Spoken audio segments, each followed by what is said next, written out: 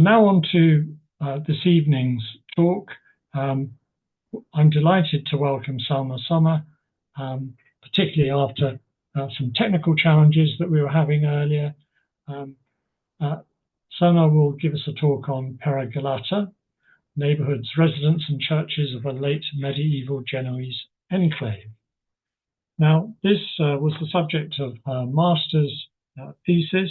She has a master in archaeology and history of art from Koç University.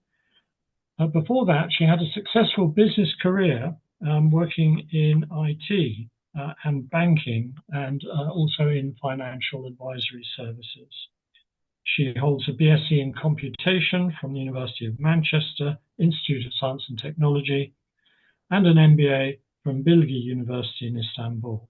She is very passionate about the cultural heritage of Istanbul and its preservation, and her research interest continues to be in this field.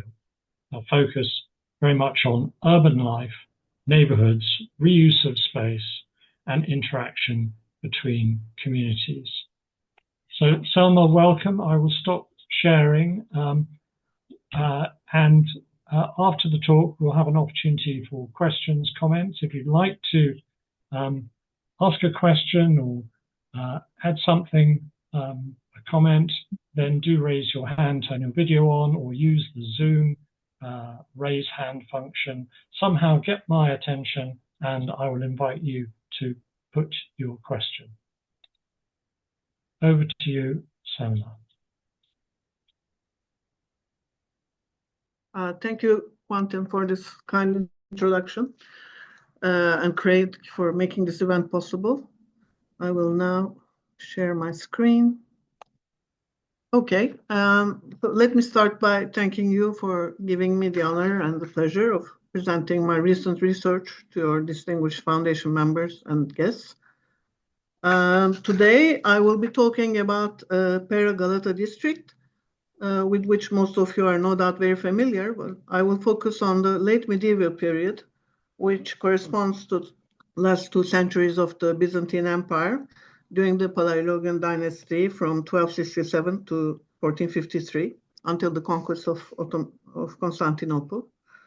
You will notice that I use the Galata and Pera names interchangeably, since during the Byzantine era, the name Pera, meaning the other side in Greece, was used by the Genoese, while the Byzantines and later the Ottomans called this area Galata. The Genoese Pera is different from the area commonly known as Pera after the 16th century, which is the area north of Galata Tower around today's Istiklal Caddesi. During the Genoese period, everything north of Galata Tower were vineyards and monasteries. My interest in Pera was triggered when I first came across these 2 maps and realized that there was another walled city across Constantinople. The first one is from Cristoforo Bion del Monte, Franciscan priest and traveler, author of a series of maps of the Aegean Islands and Constantinople. It is dated around 1422 when Pera was a Genoese city. And the second one is from Nasuh al-Matraki, 1533, 100 years after the Ottoman conquest, where we can see that the general appearance is the same with the exception of some mosques. The original manuscript of Buondelmonte was never found, but it's been copied numerous items, and they all have different details according to the time they were made or the identity of the copier, but they proved an invaluable tool for my research, not only through the drawings, but also with the names or initials that are sometimes attached to them. On the left, you can clearly read San Franciscus and San Dominicus. Although Pera is commonly called a Genoese colony, the term does not really reflect the character of the settlement. It was a concession granted to the Genoese in 1267. The territory was separated from the Byzantine capital by a narrow stretch of water. It had been previously part of the city, as explained. It was the 13th district of Constantinople, as defined in the 5th century Notitia Urbis Constantinopolis.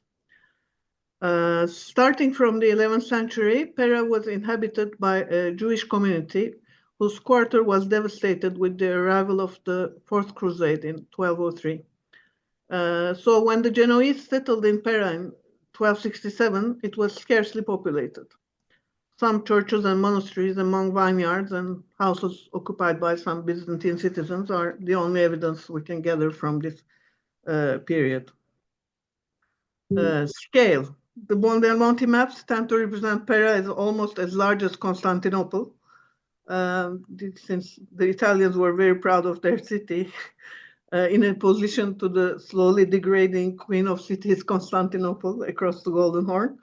But on the right, you can see the true scale on the right-hand side. And if we were to transpose it on a satellite view of Karaköy today, the western limit of Pera is where the metro bridge is situated today, climbing up to the Galata Tower and down to Tophane, next to present-day Kılıçeli Paşa Mosque.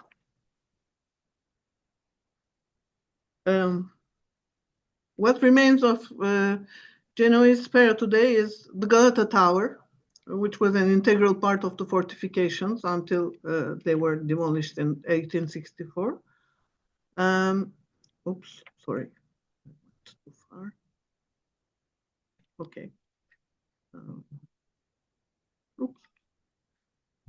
We cannot see it. Apart from Galata Tower, there are two towers immediately below it, and there's one gate left, and various fragments of walls. Okay. So those are the towers, and this is the gate, and there are some fragments of walls. Some of them are very visible, like the one under the metro bridge, but some of them are, embedded within some buildings, and we cannot see them. Today, the remaining original monuments of the Genoese city are San Domenico, Arab Cami, Saint Benoit's only bell tower and chapel are from the Genoese period. The Palazzo Comunale was, which was the residence of the governor of Pera, the Podesta, his house and his the council house. It was partly demolished during road enlargements in the middle of the 19th century. Known as Berketan, it was used until late 20th century, but is now abandoned and quickly deteriorating. And finally, Castrum Galata, present-day Yeraltı Mosque, which was a 6th century Byzantine structure later used by the Genoese. Other remains are the construction slabs and tombstone inscriptions kept in the Archaeological Museum and Galata Tower Museum. San Domenico is present-day Arab Cami, located in Kalyon Street in a neighborhood named after itself. It was converted into a mosque around 1479. This is the best-known church from the Genoese period of Galata, primarily because it is still extant, but also it is quite outstanding with its belfry and within a city of domed mosques and churches. The mosque was initially named Jami Kebir and later Arab Jami, most likely because of the Arab immigrants coming from Spain in 1492, who settled there, and not because of a local legend according to which it was built by the Umayyad in the 7th century. All right, go back. The Dominican order founded in 1215 was present in Constantinople and Pera since its very early days. In 1307, they were expelled from Constantinople by Andronikos, and along with the Franciscan order, and they took refuge in Pera in a church which was located in an old church called San Paolo, and they renamed, they built a new church and renamed it San Paolo and San Domenico. The exact construction date is not known, but estimated to be around 1323. Latest scholarship supports that San Domenico has replaced an old Byzantine church, Hagia Irene of Sikai, And according to the measurements made by Sercan Sağlam, this claim is supported. It is an Italian Gothic church with rose windows, pointed windows, and the building technique, on the other hand, is Byzantine with alternating bricks and some layers. Some frescoes were discovered during the restoration of the mosque in 1913. They had been covered with plaster, and some more were discovered in the 1999 earthquake. They've been documented extensively, but they are no longer visible, unfortunately, since they've been covered again. And again, beginning of 20th century, during some restoration works, 106 gravestones were discovered under the mats and carpets of the mosque, and they were transferred to the archaeological museum. San Benedetto is located in present-day Kemeraltı Caddesi. It's a school and a day clinic with the same name, San Benoit, is still active. It was also known as Sainte Marie de la Miséricorde de la Citerne, since there was an open-air Byzantine cistern next to it. The church is dated to 1427.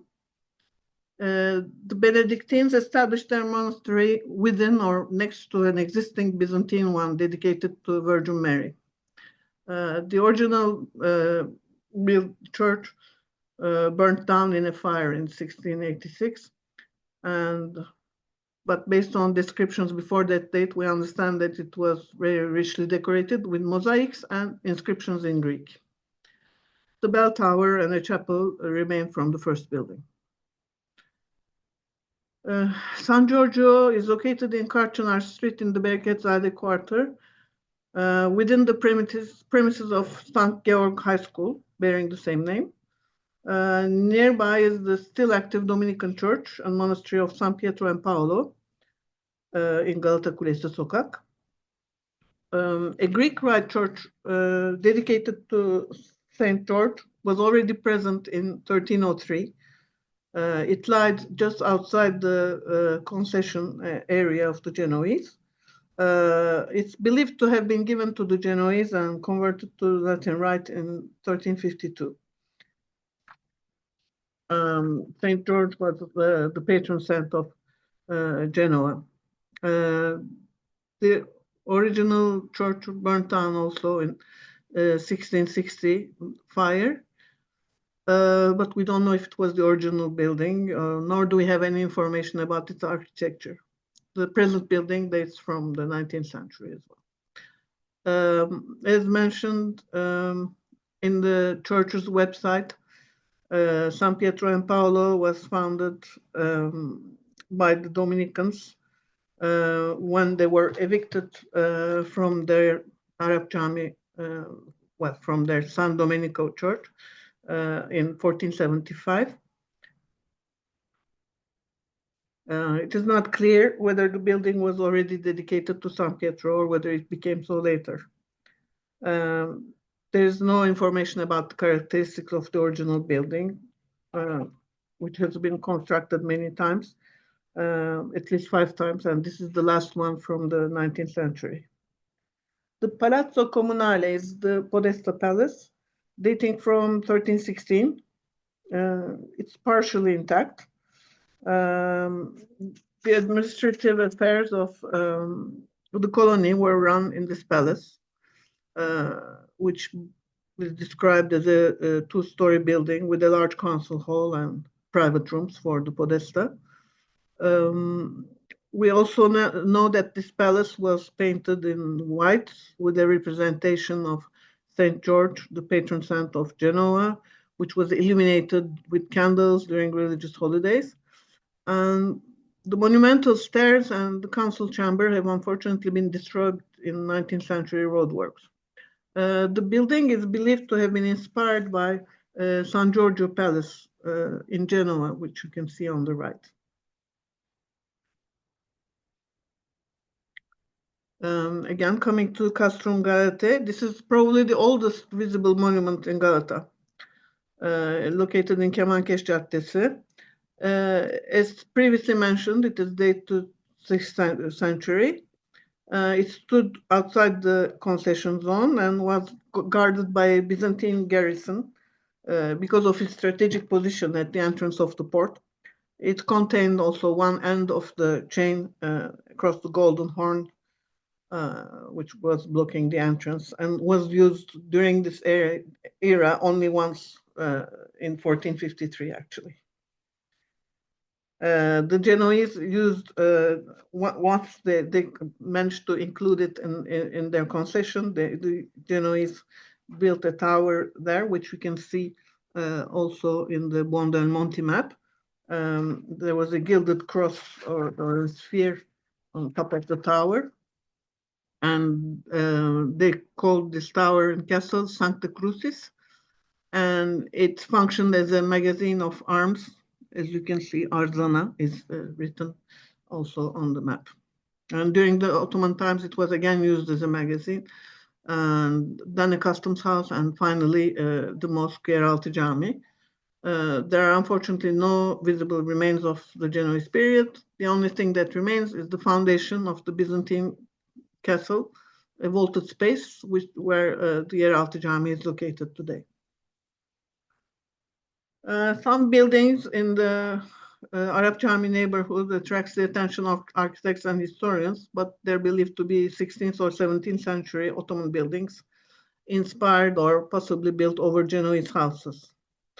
As seen in the satellite view, the grid plan of Pera has been largely maintained from antiquity to this day.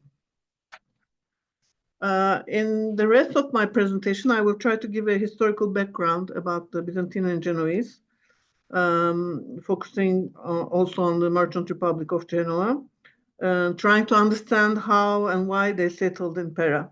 I will then talk about my research and objectives and sources.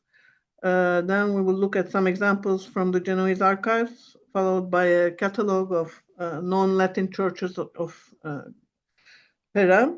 I will then turn into a unique Ottoman source, the 1455 survey of Istanbul and Galata, and share my findings about the neighborhoods, residents, and churches shortly after the Ottoman conquest.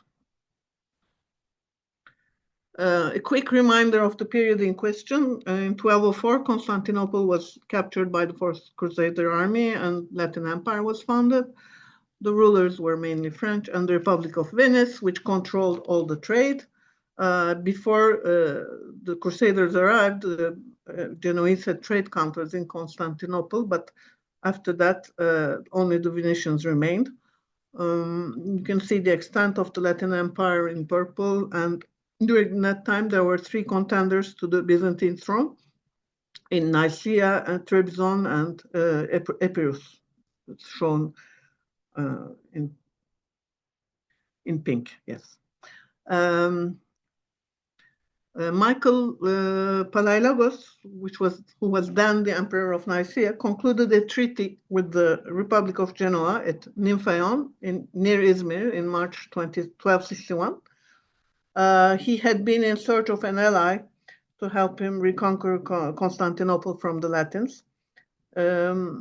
According to the terms of the treaty, the Genoese were to benefit from a total custom duty exemption in all Byzantine territory and had the right to establish Genoese quarters with loggia, churches, and everything in Constantinople and other Thessaloniki and other ports.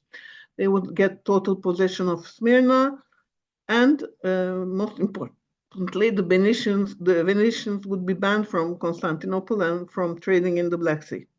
In exchange, they committed to help fight the common enemy, the Venetians, who were guarding Constantinople, and to bring vessels, arms, and men. Ultimately, in August the same year, Michael VIII repossessed Constantinople and the throne without the intervention of the Genoese. But regardless, he decided to honor his promise. And since he still needed their support, So the Genoese took over the Venetian quarter and with a lot of celebration. Just a quick parenthesis on who were the Genoese.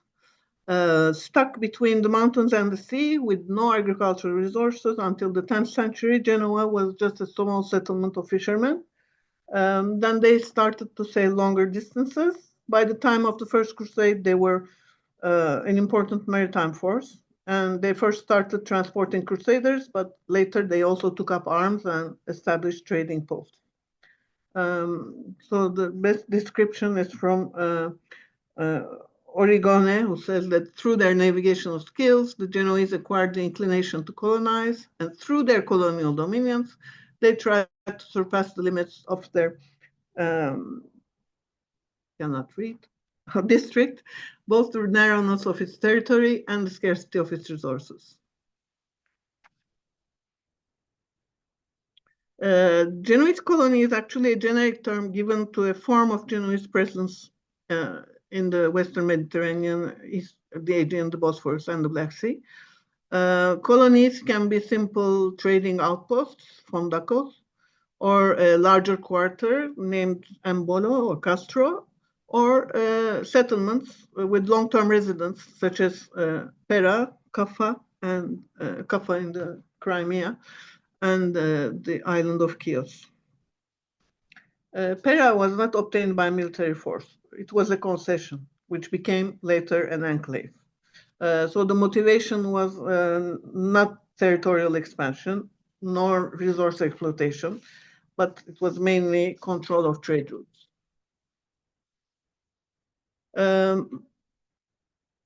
Between the years 1260 to 1475, the Black Sea was a major hub for the trade route that extended from the Far East to the end of the Mediterranean and further north. The circumstances that allowed this traffic were the stability of the Turkic nations under the Pax Mongolica, allowing a secure route. With the privileges granted to them by the Byzantines, the Genoese really ruled this market completely. The Venetians were also a player, but to a lesser extent. Genoa was really in the central position of the long-distance Orient-Occident trade that expanded to Spain, Flanders, England, and France. The import items were spices, silk, wax, leather, fur, and in the opposite directions, they were exporting from the Mediterranean wine and oil and woolens from Flanders and linen from Italians again. So Genoa, so Pera, also like Constantinople, was a transit place rather than a consumer market for the Genoese traders.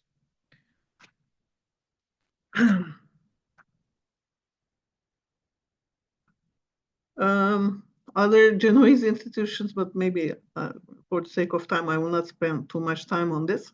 There was really a hierarchy of the Genoese noble families. There were the Guelphs on one side, allegiance to the papacy, the Ghibellines to the allegiance to the Roman holy emperors, and leading families were the Fieschi, Grimaldi on the Guelph side, Doria and Spinola on the Ghibelline side. And under those families, there were other groups, which you can see, the Alberghi, Grandi, Medi, and Piccoli. Families were grouped into, again, an institution called albergo.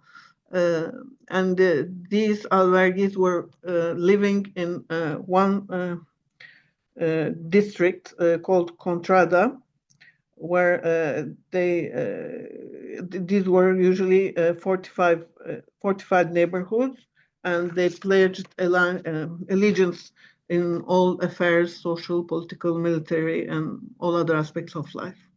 And these, the contradas usually bore the name of the albergo. So a similar situation was also duplicated in Pera, where we can see also some contradas in the notary records. The Genoese used varied instruments to finance their trade. The Comenda contract was a type of contract where there was an investor entering an association with a merchant, and the merchant used the funds to travel and trade, and at the end shared the proceeds with the investor. Another Genoese invention, the letter of exchange, cambium, was another instrument developed around the same time, and where one party recognized the receipt of a sum and agreed to reimburse it in another location by converting it to another currency. And most of the time, interest was hidden in the exchange rate. Therefore, the merchants had correspondence in all the important trading locations. San Giorgio Bank, founded in 1407, was one of the first European banks, very famous. The Genoese also invented maritime insurance, and the oldest portolan map was also made by the Genoese, the Carta Pisana, which you can see on the slide. So switching back to Byzantium after 1261, the main feature of the Palaiologan period was the decline of the Byzantine Empire and its increasing reliance on the Italian republics for its food supply, for its trade, and for its maritime security, since after some point they did not have a fleet. There was relentless competition between Venice and Genoa to control the trade of Constantinople. Furthermore, the empire was weakened by successive civil wars, as well as religious divisions between those in favor of a union of the Orthodox and Catholic churches and those that resisted it. And the Byzantines had also had to face the rising dominance of the Ottomans and the consequent loss of land. While in the West, some powers were still longing to reestablish the lost Latin Empire.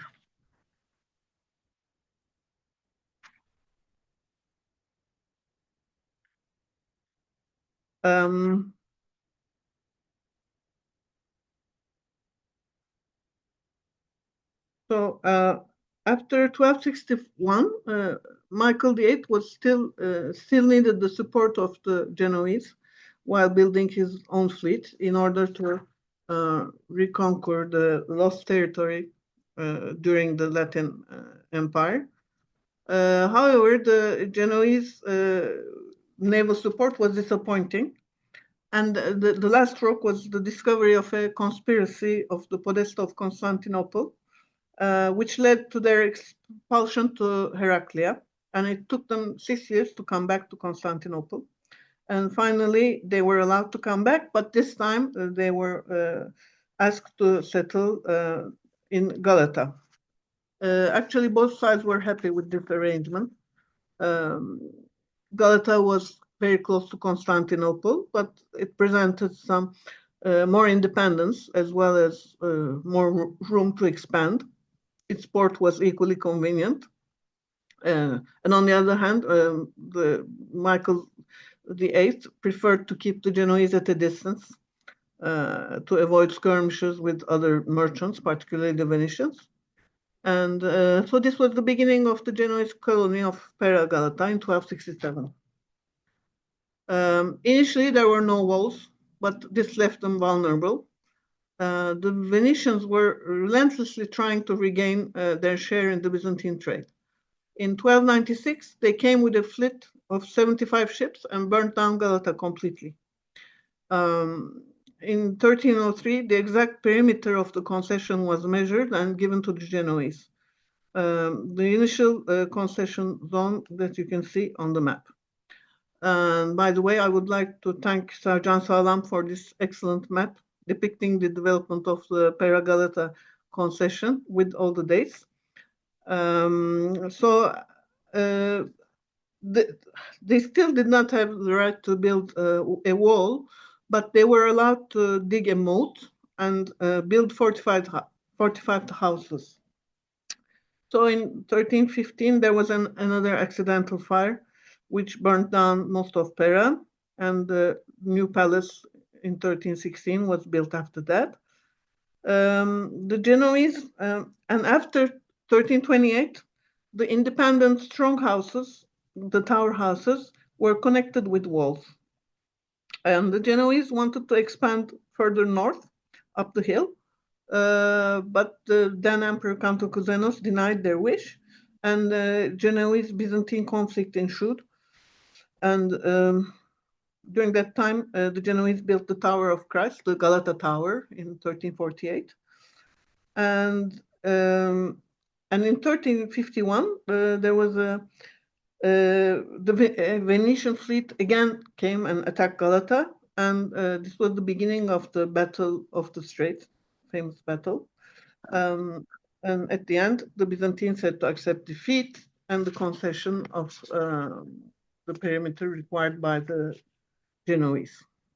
So after that time, Pera was really truly a state within a state.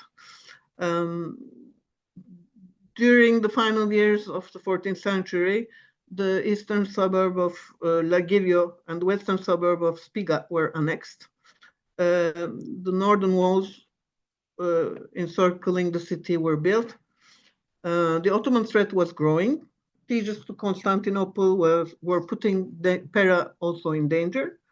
So the last addition to the Pera walls was a barbican around the Galata Tower, built in 1452, with a view to protect the city from land attacks. So we come to 1453.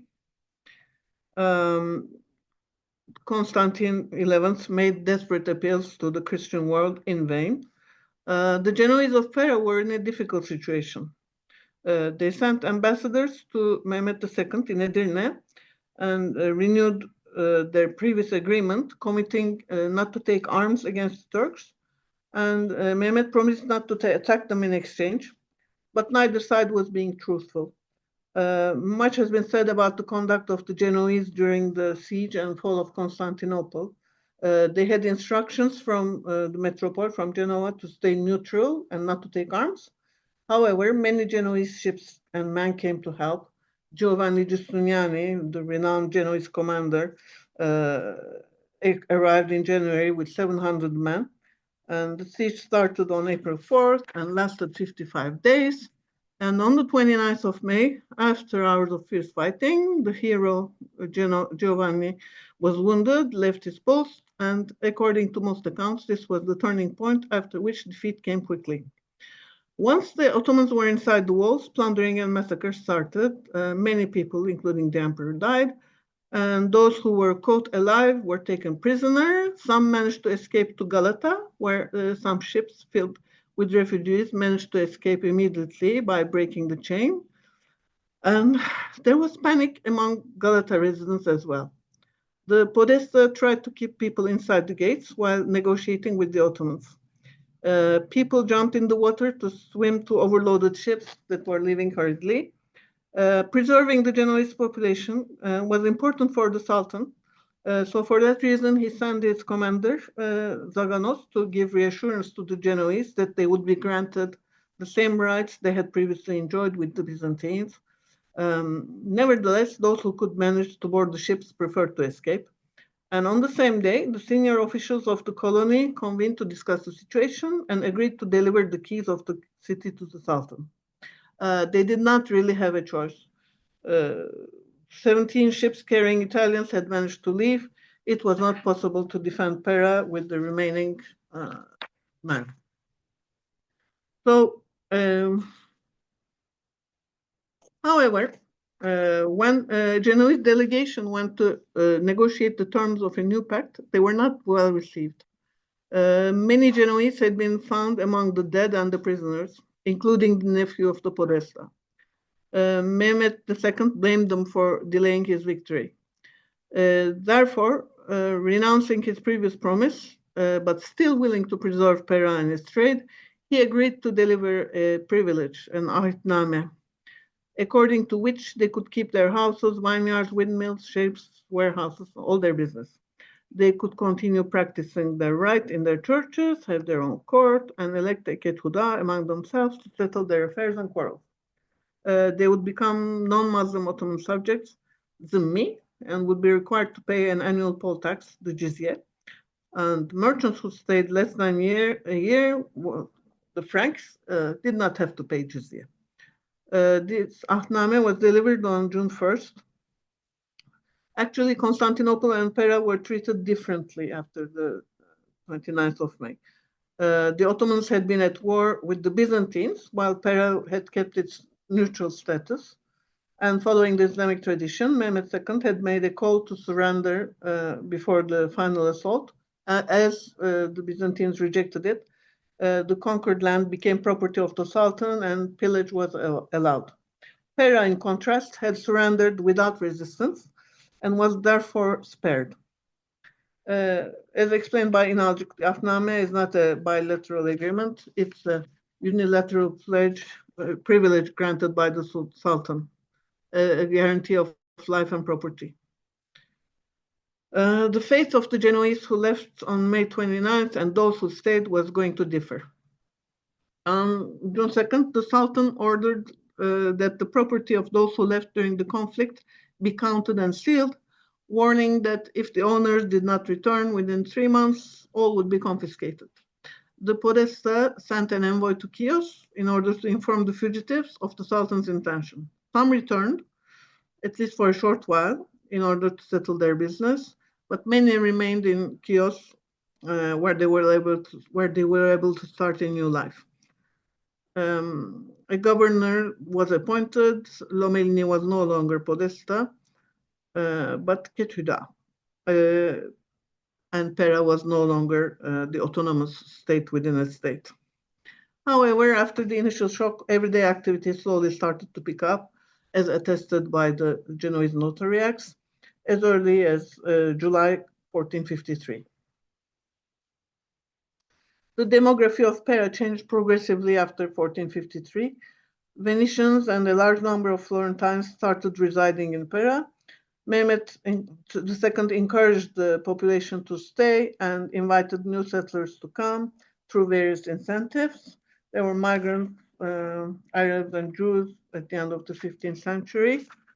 And although there are records of the descendants of the famous Genoese families, even during the 17th century, the neighborhoods changed. New Ottoman, Muslim, and Armenian neighborhoods developed. Following the loss of the Black Sea trade, the nature of business also changed, and the Genoese became more focused on business with Spain, England, Flanders. So by the end of the 15th century, Pera was functioning differently.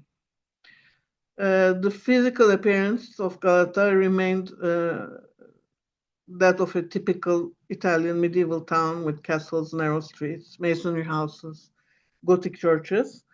However, there was a steady Ottomanization throughout the 16th to 18th century through the construction of mosques, bazaars, caravanserais, hamams, fountains, and the creation of new neighborhoods with the Turkish population.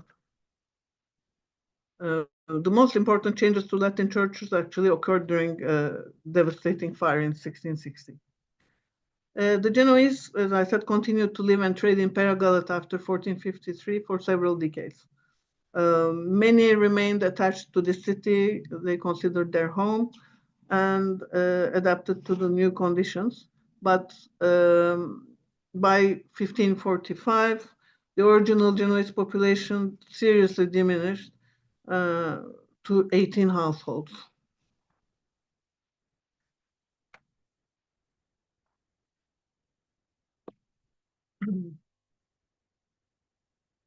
In my recent research, I used textual evidence to identify late medieval neighborhoods in a modern urban environment, a kind of archaeology in the archives.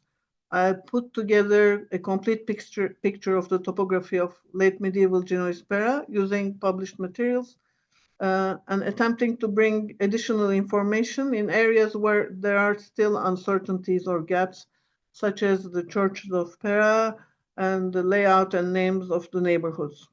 However, as most of the scholarship is based on the Genoese sources, there tends to be a one-sided vision of Pera. The 1455 survey of Galata is therefore a unique source, since it gives a picture before Ottomanization started. It is an Ottoman source, but it describes the Genoese city. The survey differs from the Western sources. It unveils the neighborhoods and monuments of the non-Genoese residents as well. By analyzing the content of the survey and juxtaposing the findings with the information gathered from Genoese and other Western sources, I aim to provide a more complete vision of the topography of Pera, its neighborhoods, and churches. There's ample documentation about the Genoese colony thanks to the notary archives. They documented everything. And I have particularly benefited from translations by Bratianu for the 13th century, Michel Ballard for the 14th century, and Auxilio Roccatagliata for the 15th century. These are the primary sources. I will not go over all of them. And the secondary sources. A turning point in the scholarship happened during the demolition of the Galata walls when in 1864 when Victor Marie de Launay published a map of the walls and the construction slabs that were removed from the walls with Genoese inscriptions. After that time, many publications followed in Italy, in Turkey, and in France. I would like only to point out those three sources that were key to my research. Sercan Sağlam's unpublished 2018 dissertation, which brings together the most up-to-date information on the Genoese from an architect perspective. He also focused on heraldry. And Michel Ballard's seminal book, La Romanie Génoise, provides all we want to know about urban life, trade, demographics in Pera, Kaffa, and Chios. And finally, Halil İnalcık's 1455 survey is the main contributor to my research. The Genoese had a well-established administration model for their colonies. They issued their governing laws, the Statuti di Pera in 1304. I will not go into the details of the organization for a matter of time. The Podesta was chosen by the Genoa commune for a period of only 1 year. He left Genoa at the end of the summer and took his functions in October. He was accompanied by a group of mercenaries forming an entourage, and he was responsible for tax collection, implementation of custom rules, duties, provisioning, budget management.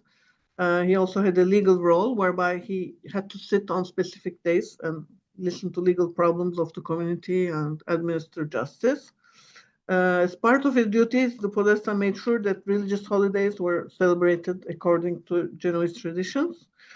Candles were lit in the San Michele and San Giorgio churches on the days of the patron saints. On Christmas Eve, donations were made, fires were lit in the palace square, wines and sweets distributed to the perots. And the main feast of Pera was during Pentecost. Streets were cleaned for a palio horse race and other games. The Podestas were a member of the alberghi of the Genoa commune. So they represented not only the interests of the commune, but also of the interest group, the albergo that they represented. The Podesta, when he arrived, was sworn in by the Byzantine emperor. He appeared in court on Sundays, holidays, receptions, and he was ranked after the Grand Admiral and above the Venetian bylaw. He was also the resident minister of the Republic of Genoa. And he received the complaints and other issues raised by the imperial authorities.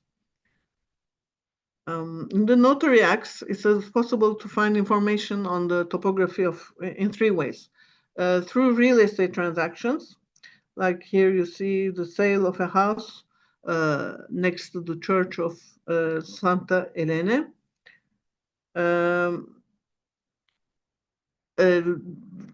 Other churches are named in testaments. On the left, you see a person who wishes to be buried in San Francesco, and on the right, another one who wishes to be buried in San Michele.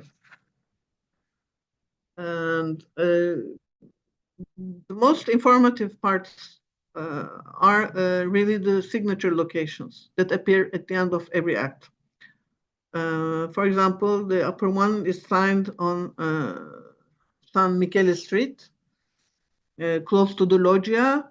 The second one is signed in someone's home in Catalina's Contracta Catalina. So the third one in the Palazzo Comunale, and the fourth one in San Domenico Church.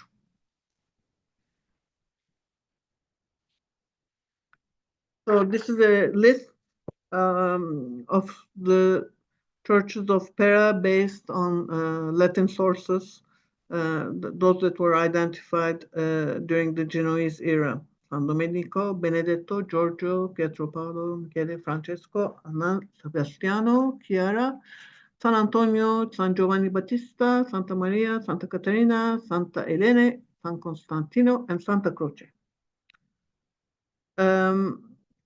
There are 4 categories of churches, actually. Let's see their locations. The first 4 are the ones that I described before. San Domenico, San Pietro and Paolo, San Giorgio, San Benedetto. The last 3 still being active. In the next group, we have churches that no longer exist, but we know where they were. The first one is San Michele, which was the cathedral of the Genoese. It's believed to have replaced the 6th century Hacı Tekle Church.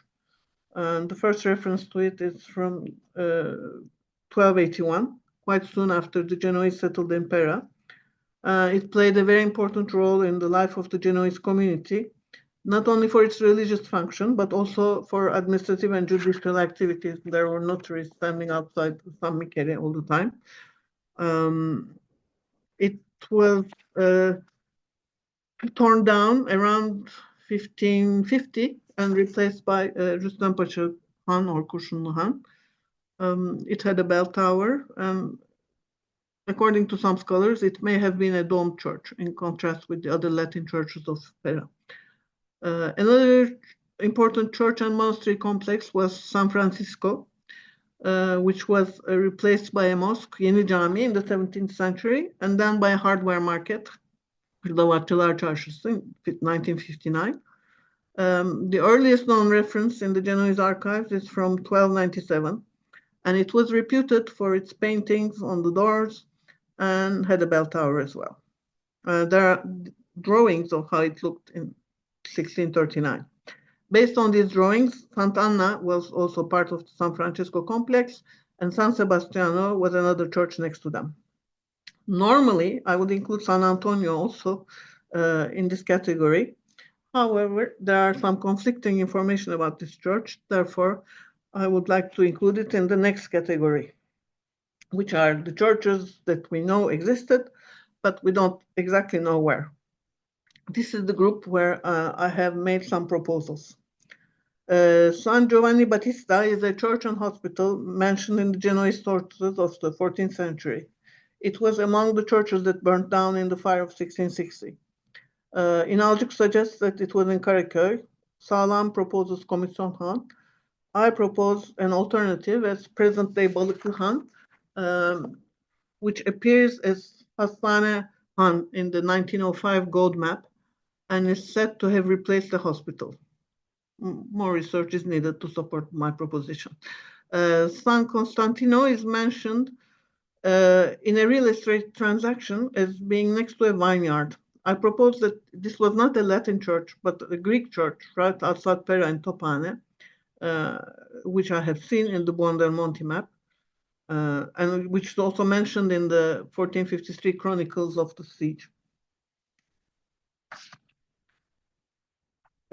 Coming to San Antonio, San Antonio appears as the name of a gate, of a contrada, of a church and hospital in the 14th century notary records and expense registers, where it is specifically mentioned as being in the Spiga suburb in the west. San Antonio also appears as a gate in the Vavasore map and as a church in a Buemblon-Monti map, always again in the western end of the city, as seen on the screen. However, according to current scholarship, San Antonio is a church that has been replaced by Kemankesh Kara Mustafa Pasha Mosque in 1635 and is located in the Kemankesh district next to the Castrum, present-day Yeraltı Camii, and therefore in the eastern Lagerio district. The solution to this mystery lies with the next church of Santa Chiara.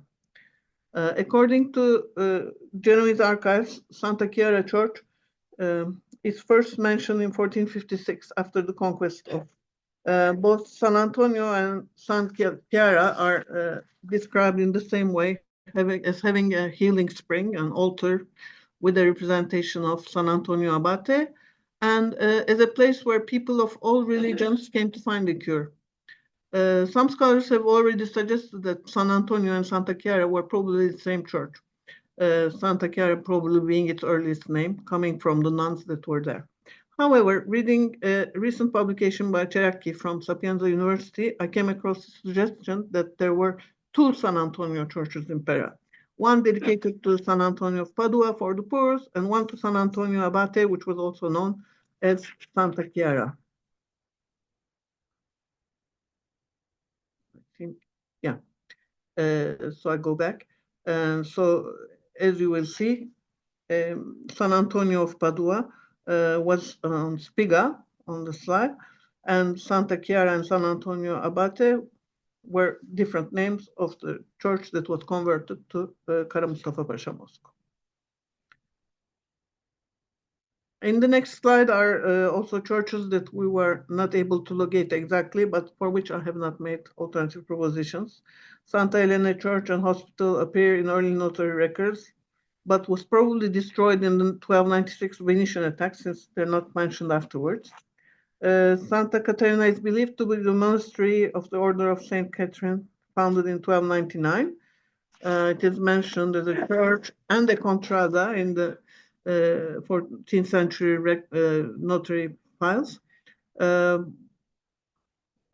as mentioned before, this was probably the place where the Dominican monks of San Domenico moved after the conquest. Santa Maria, there are records of a Santa Maria church in Pera starting from 1297. The church was most likely abandoned. It's in ruins when it was donated to the Franciscans by Clara Draperis in 1584. And it burned down in 1660 and was relocated to Beolo, where it still exists under the name Santa Maria Draperis. The exact location of the original church is not known, but is believed to be somewhere in the vicinity of Karaköy Square. In search of the location of these churches, I came across a precious Ottoman source, which I believe is still understudied, at least from a Genoese heritage perspective.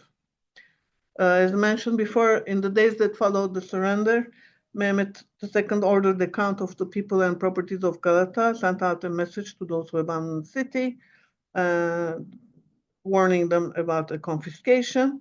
The Genoese who stayed became non-Muslim subjects, dhimmi, and came under the protection of the Sultan and had to pay poll tax jizya. The Greek, Armenian, and Jewish residents of Pera shared the same status. There was a second category formed by those that had been enslaved during the conquest and paid for their release, that were exempt from the poll tax. And in a third category were the Genoese merchants who did not stay for a period longer than a year, the Franks.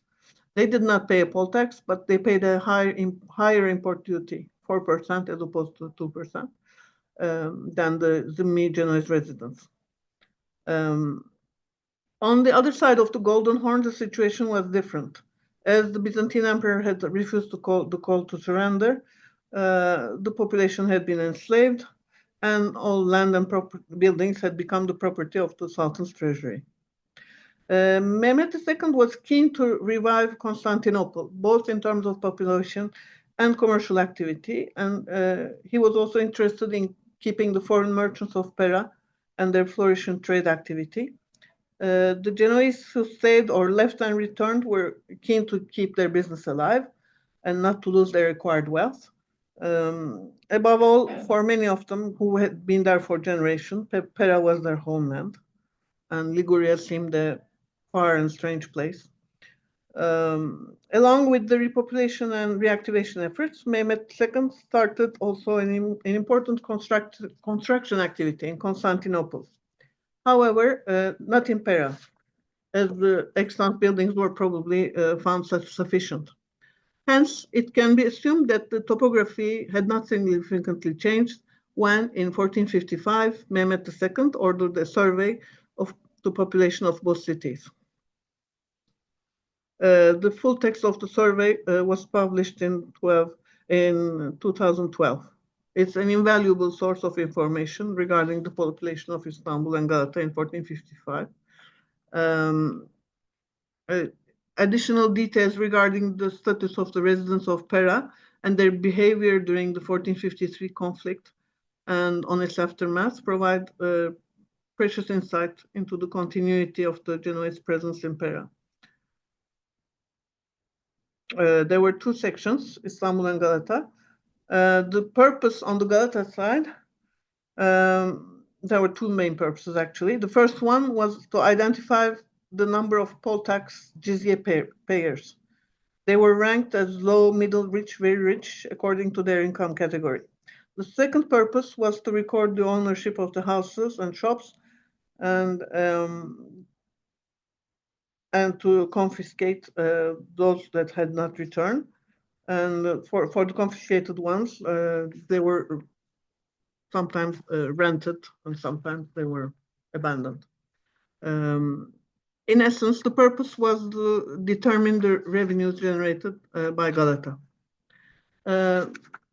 Inalcık says that while the Istanbul part of the manuscript has many missing parts, the Galata section has only a few missing pages. There are 24 districts.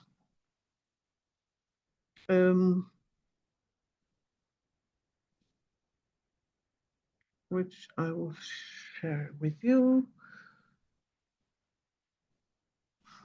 Sorry, I'm lost in my notes. The neighborhood in the survey, in the Galata section, consists of 24 neighborhoods called mahalle. 10 of them are named after the Genoese. There is an issue with the breakdown of the neighborhoods, as mentioned below. An important issue is regarding the names that are not coherent with its residents. Because neighborhoods in Ottoman Istanbul were usually named after a prominent person who built a small mosque or a fountain for the community. However, in the second year following the conquest, there were no mosques yet in Galata.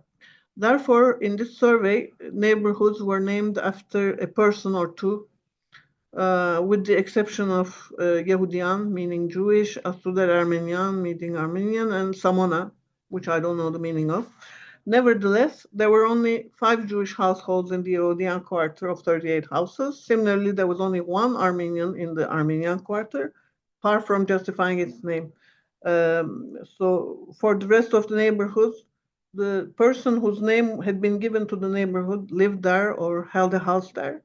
And the reason for selecting particular people to name the neighborhood is not known. They're not the richest of the neighborhood, nor those with the most houses. Inalcık suggests that they may have been representatives of the neighborhood who informed the surveyors. Another problem is related to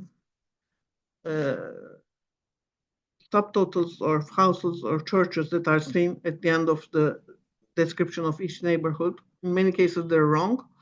And all these issues could be related to misplaced manuscript pages.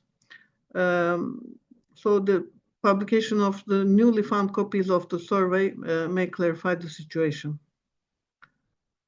As an example, let's look at one of the neighborhoods, Nikoros Sikai. According to the subtotal in Algic, there are 25 houses, of which 5 have been confiscated, no churches and no shops. The neighborhood is named after Nikoros Sikai, a Zimmi with middle income, who lives with his 3 sons. His name reminds the ancient name of Pera Sikai, but he has not been identified in any other sources. Other names are Petor Saravaiko, who is Bartolomeo Salvago, Anton Di Carman, a medium jizye payer, is identified as Antonio Di Carmadino, who appears in 2 notary acts in August 1453. Andrea di Camporforizo is actually Andrea di Campofregoso, who has left on the day of the conquest, and his house has been confiscated. Domenico Iscarsafigo is Domenico Squarsafico, a poor Zimmi. Among the rich jizya payers of this neighborhood are Antonio Gara, Zani and Luis di Lancasco, who are Gianni and Luigi di Langasco, whose houses are all unoccupied. This is an old Genoese neighborhood. 7 houses are unoccupied and 1 in ruins. 2 houses are endowed to the Church of Santa Forza, which could probably be San Francesco or Saint Francois, as it's usually called. The most famous person who owns a house in San Nicolas, but does not live there, is Francesco the Amil, the tax farmer, Francesco Draperio. He appears without a family name in the 1455 survey. His title suffices. Francesco controlled the alum mines of Foça, and he was an active client of Badoer, both a banker and a merchant, and he also entertained very close ties with the Ottoman sultans, Murat II and Mehmet II. And he owned many houses in different districts. Looking for matching names in the notary records published by Rocca Tagliata, particularly around 1453, I have found 36 names present in both sources and close to 100 names for which I have no exact match but a proposed identification. I was lucky to identify some matching names who owned houses in Pera. Nikolai and Georgi Bonazointa are such an example. We know that they lived close to the loggia. There are Nikoros and Zorzo Bonazita, who have given their name to a neighborhood in the survey, Bonazointa. Another example is Antonio Gara, who has a bancum in Platea Sancti Michaelis near the loggia. In the survey, he is Anton Kara, who owns several houses and 2 soap factories. 2 important acts were signed in Pera after the conquest. On August 7th, 1453, Bartolomeo Gentile, Tommaso Spinola, Babilano Pareviciano came together to take a decision about a jewel that they had received as a guarantee against a loan they had granted to the Emperor of Byzantium 7 months before. The lenders were themselves, as well as Antonio Giovanni Gara, Cristoforo Pallecino, Batilio Sciagato, Cassano Sarvago, and Barbara Centurione. 4 of these Genoese nobles were identified in the 1455 survey, namely Tommaso Spinola, Cristoforo Pallecino, Antonio Gara, as well as one of the witnesses, Matteo Lomelino. This is another important act signed when the ex-podesta and 6 of his 8 councillors nominated Pietro di Gravago as the new Potrogieros of Pera, the new Quetuda.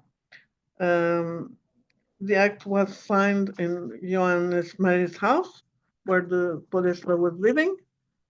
And when comparing this list of names with those identified in the survey, I find that both Tommaso Spinola appear. One is the ex-councillor, one who lives in also the Armenian, and well, the ex-councillor has left Pera, and his sumptuous house has been confiscated. Both Gara brothers are registered as Zimmi. Antonio lives in Zanidaptan, and the Protogeros Pietro di Gavago in 1455 has already been replaced by Nikoros. Those are the 36 names that were identified in the survey. You can see members of the famous noble families, the Doria, Spinola, Lomanello, Pallavicino, etc. As you can see, recognizing the Italian names by looking at their spelling in the survey was challenging. They were written as they were heard by the surveyors, possibly with a Greek translator. Also, the Ottoman writing with no vowels does not help. I have benefited a lot from a recent dissertation by Padraig Rohan for the identification of these names.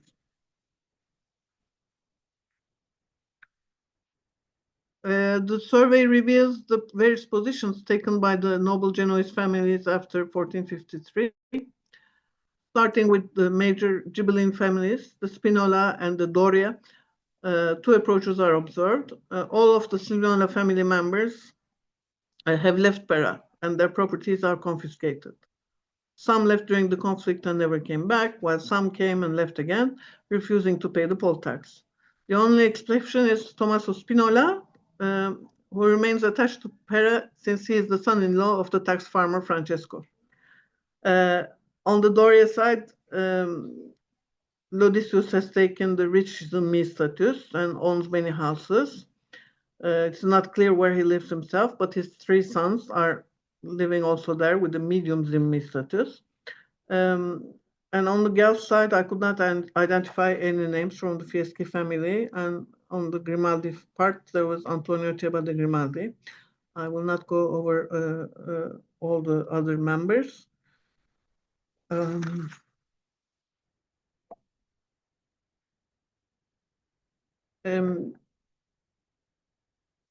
Within the notary records published by Rocca Tagliata for the 15th century, none are from the year of the survey, 1455.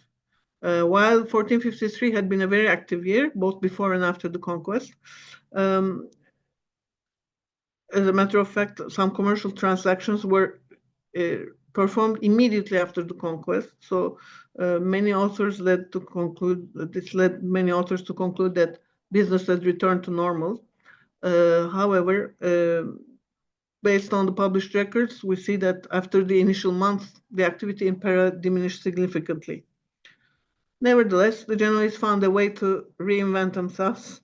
And after 1469, we see a lot of commercial activity again, probably connected to the fall of the Crimean Kaffa. So in the year of the survey, maybe the citizens of Pera were more or less on a standby position, maybe still hoping for a better settlement with Mehmet II and with renewed diplomatic efforts.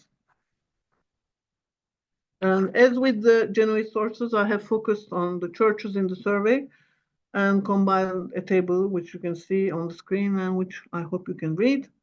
The information on sacred spaces came from the listed buildings and also from the properties endowed to some of them. There were 24 sacred spaces, Latin, Greek, Armenian, and Jewish. And as with the names of the people, the names of the church were a bit difficult to recognize. This is a table where I am matching the names in the Genoese source and the names in the survey. It was interesting to note that there was still a Santa Caterina church in 1455. And the absence of San Pietro may evidence that it indeed replaced Santa Caterina. San Michele and San Francesco were surprisingly not listed, but there were references to San Francesco in the endowments. There's a San Fabiano church in the survey. not known in the Genoese sources. The survey also revealed Greek churches, which I have compared with pre-Tanzimat churches and found matching names. They are all in the Lagirio suburb in the east. The Armenian Church of St. Grigory Lusarovich, next to San Benoit, still exists today. There was also a synagogue and some other churches with names that were impossible to identify. Looking at the present-day satellite picture, we can still see the extant Greek churches in the Mumhane and Tophane areas. After analyzing all the neighborhoods in the survey, it was possible to classify them by ethnic origin and by the origin of their residents. However, this should be approached with caution since as there may be some displaced manuscript pages, the results may be altered. Based on the information from the survey and other Ottoman and Italian sources, Inalcık proposed this map, which fairly reflects the scholarship's current understanding of Pera in the 15th century. We can see that the Genoese continued to live mainly in the initial concession zone, while the Greeks and Armenians and their churches were mainly in the eastern Lagirio suburb. The Jewish neighborhood was probably more likely in the central part and not in Lagirio, as seen on the map. To conclude, Pera was not just a copy of a late medieval Ligurian city, as depicted in the panoramas or as described by the travelers. It was a bustling port city where Greeks, Armenians, Jewish communities coexisted with the Genoese.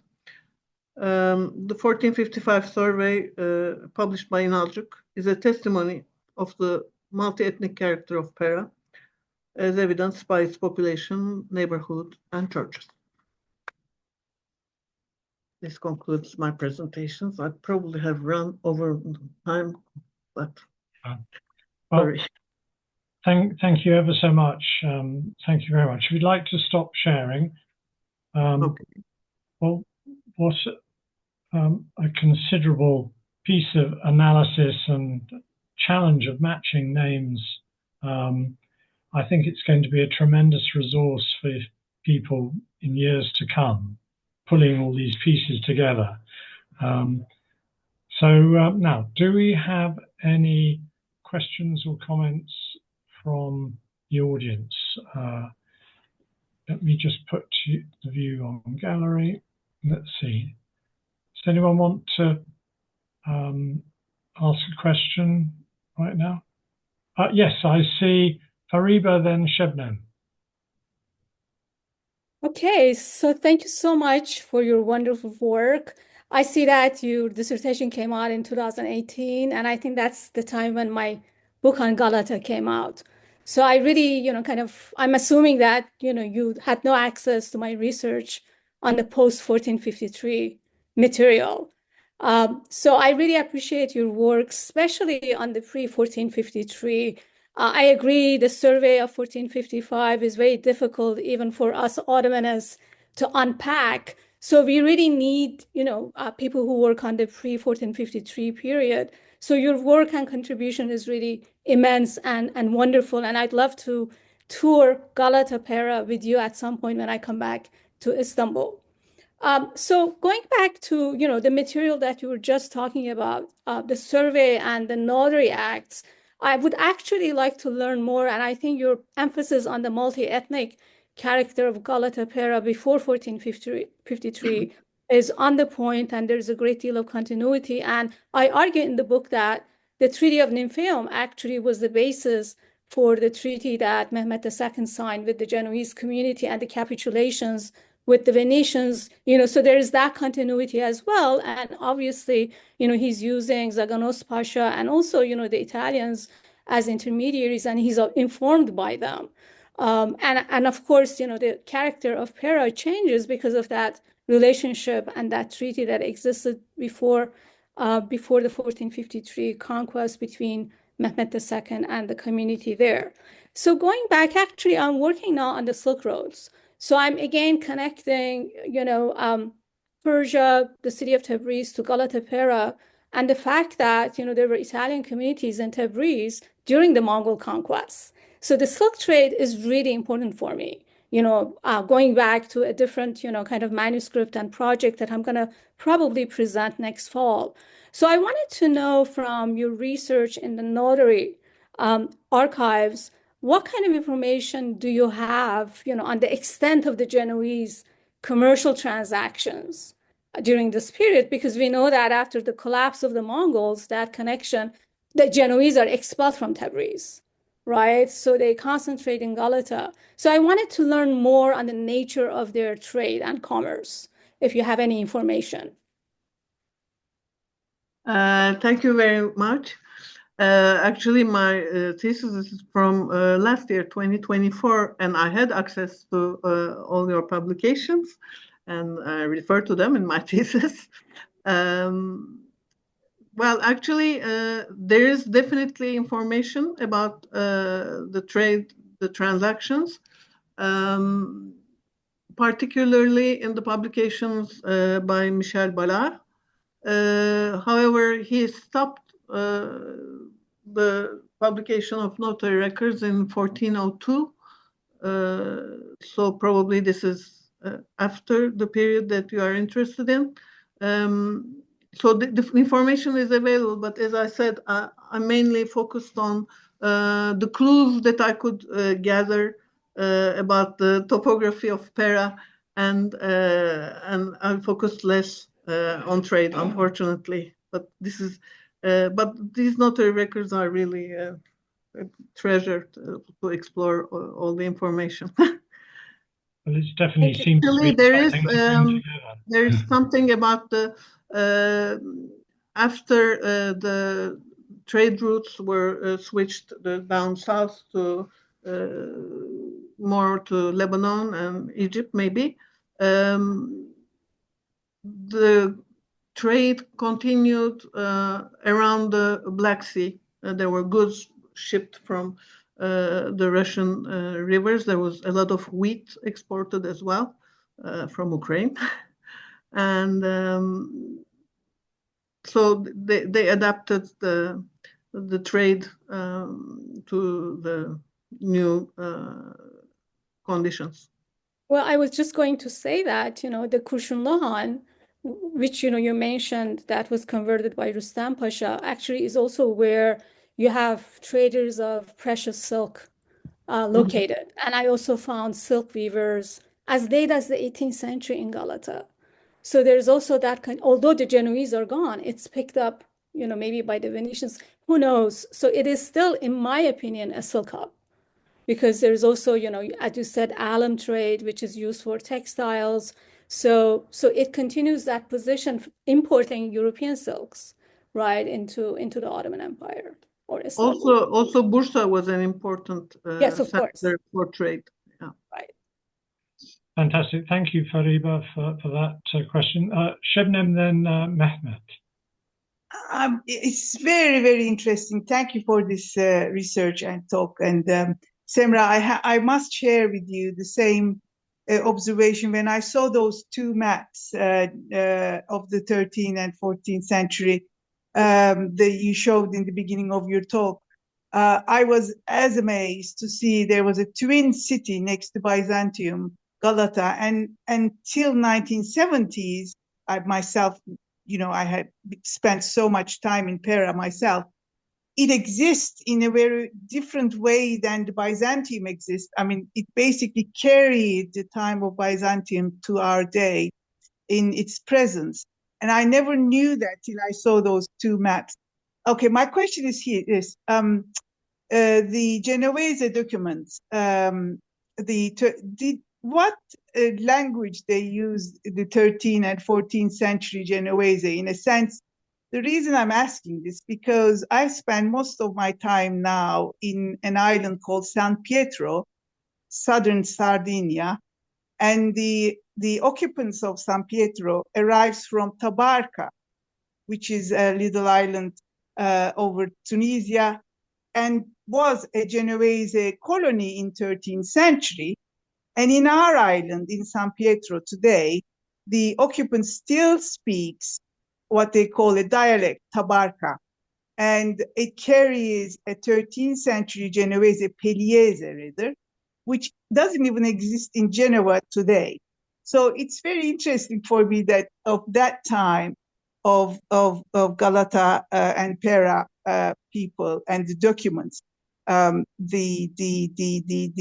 Italian that they use in those things that you're referring, the language you found, how is it and what it is? The documents that I saw, although I worked mostly from secondary sources, but the primary, I also had access to the primary sources, and they were all in Latin. This was the language used by the notaries during that time. Which is different than the Byzantine documents, obviously. And then they were translations, I should think, right?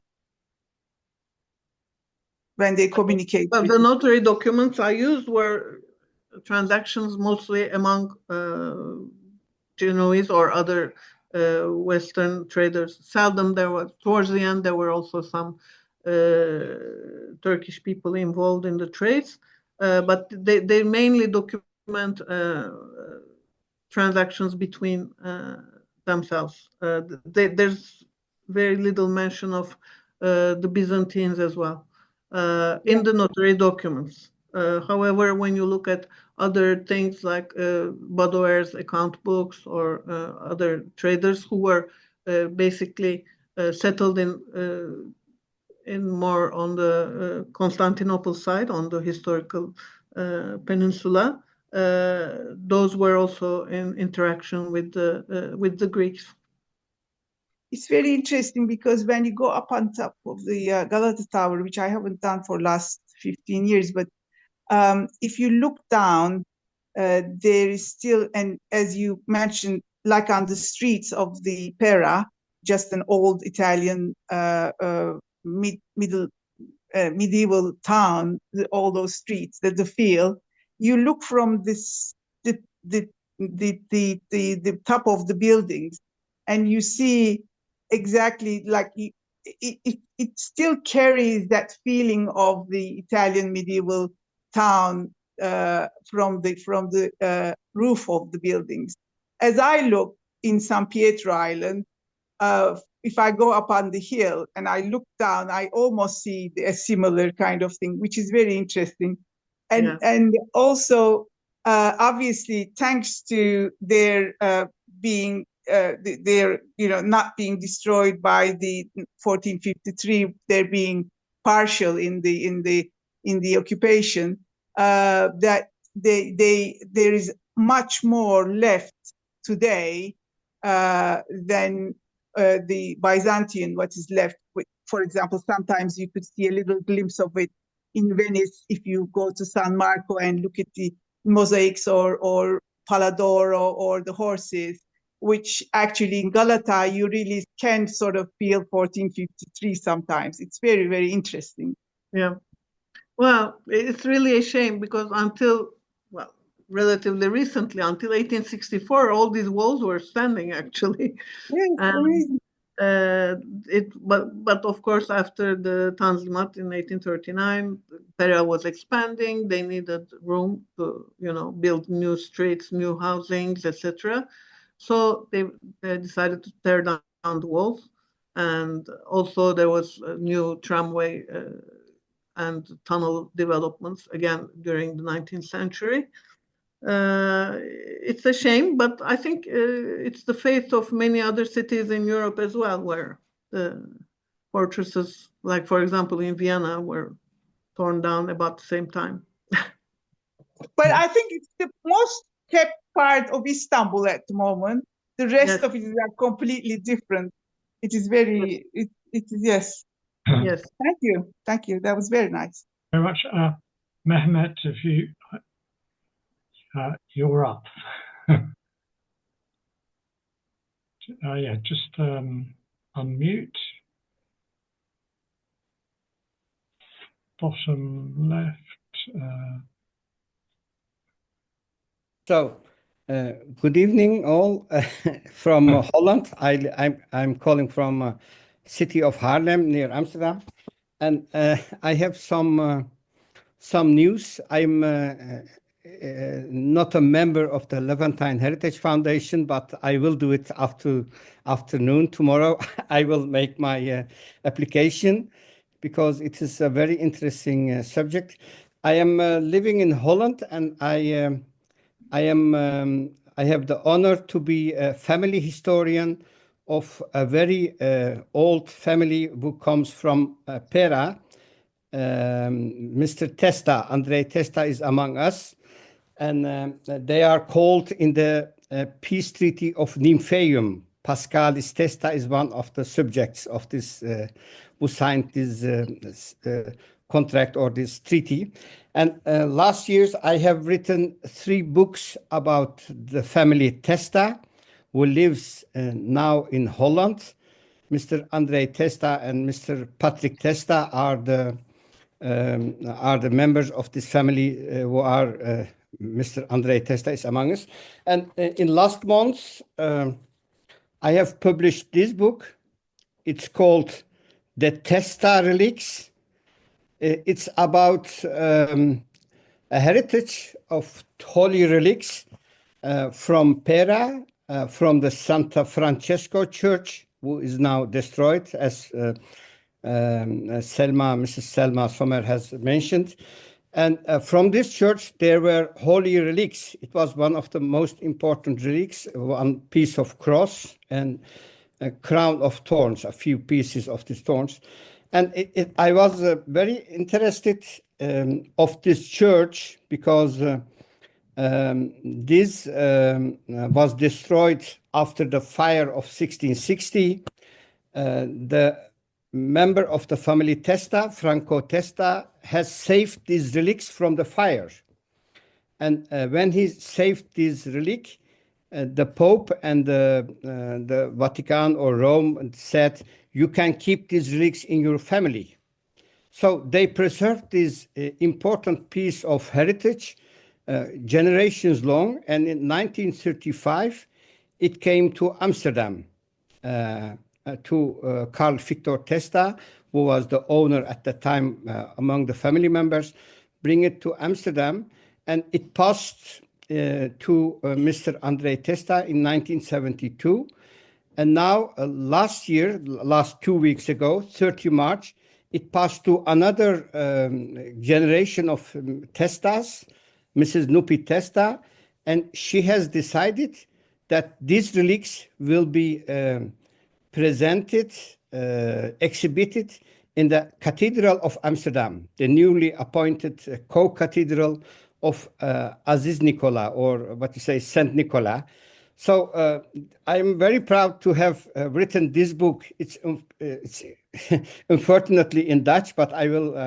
It can be also published in Turkish or English, so that we can learn from this important heritage. So it's not only we have Pera in Istanbul, but we have also small piece of Pera now in Amsterdam. So I wanted to say this information, and I hope to be among your members for the next talks and so. Thank you. Mehmet, thank you so much. And I think you have given us an example, what we do best by providing the ability to combine academic study, family research and history, the one giving the context and color to the other. So thank you very much. We're out of time, but does anyone have any last things to say before I wrap up? Shebnem. I just wanted to point out, I forgot that also what Semra pointed out, it was very, very interesting how global of that time was with all the communities of Pera and the commercial ties of them to the world through Genoese, and that globalization of that period is very, very interesting, just as a parallel time of our day. to think about quite a bit of their faith and then what happened, etc., etc. So it was very interesting from that point of view as well. Thank you very much. So, Selma, thank you so much.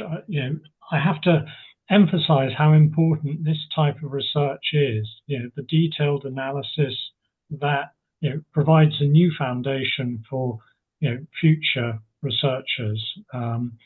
It's hard to do, and I know Fariba, you're doing much the same.